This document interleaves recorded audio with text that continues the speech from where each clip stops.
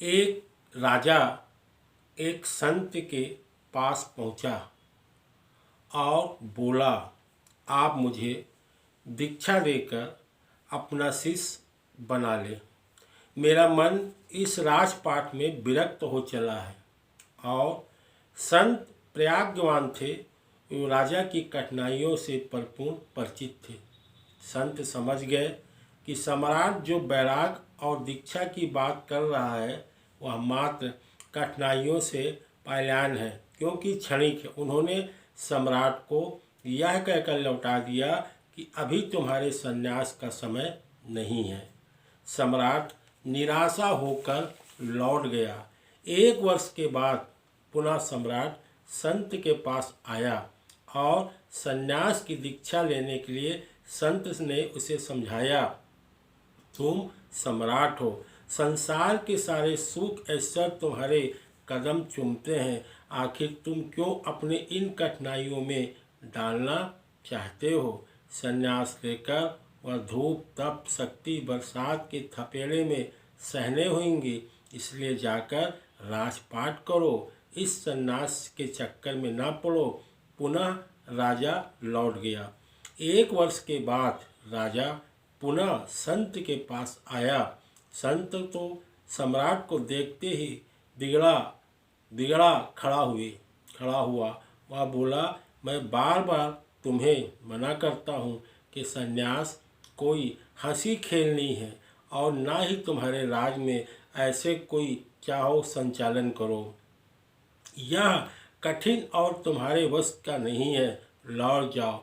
फिर भी संन्यास के उद्देश्य से मेरे पास मत आना। सम्राट पूरा सिर को नीचा किए निराशा होकर लौट गया। 1 वर्ष के बाद वह सम्राट पुनः संत के पास आया और संन्यास की दीक्षा की प्रार्थना की। संत ने कहा, तुम्हें दीक्षा अवश्य दूंगा, परंतु एक शर्त पर। सम्राट ने शर्त पूछी। तब संत ने कहा, तुम यहाँ के राजा हो, निर्वस्त्र होकर पूरे शहर का चक्कर लगा कर आओ, फिर संन्यास की दीक्षा तुम्हें मिल जाएगी। राजा प्रसन्न हो उठा। संत की बात को सुनकर राजा ने तत्काल अपने सारे कपड़े को उतार कर निकाल कर फेंक दिया और शहर पर परिक्रमा करने लगा। वहाँ का राजा है, नंगा होकर शहर की ओर घूम रहा है। पूरे शहर में शोर मच गया कि राजा पागल हो गया है, नंगा घूम रहा है। बच्चे बूढ़े जवान सभी देखकर हंस रहे हैं, कोई पत्थर मार रहा है, लेकिन राजा ने सबसे बेखबर संन्यास मिलने की खुशी में शहर की ओर घूमना भ्रमण कर रहा है। शरीर की पत्थरों से लहूलुहान हो गया। जो कल तक राजा लोग उसके भय से कांपते थे, आज उसी को कंकड़ मार रहे हैं और राजा भी इस सब से बेखबर है और नग्न होकर शहर की ओर घूम रहा है। उसके चेहरे पर विशद कहीं छाया नहीं प्रतीत होता है। इस घूमने भ्रमण करने से थका हारा प्रसन्न मुद्रा में लहालुहान संत राजा के पास पहुंचा।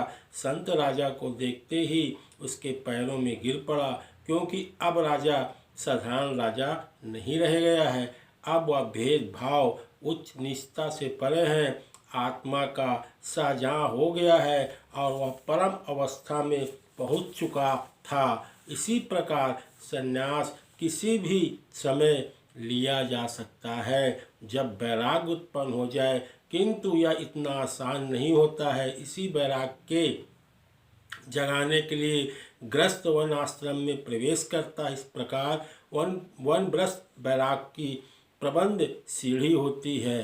अतः जब तक आप अपना माया मोह काम क्रोध लोभ मोह को परित्याग नहीं करोगे, तब तक परमात्मा की भक्ति शक्ति कृपा आपको प्राप्त नहीं हो सकती है। अगर यह वीडियो आपको अच्छा लगता है, इसे लाइक करिए, शेयर करिए और नीचे लाल बटन को जरूर दबाइए।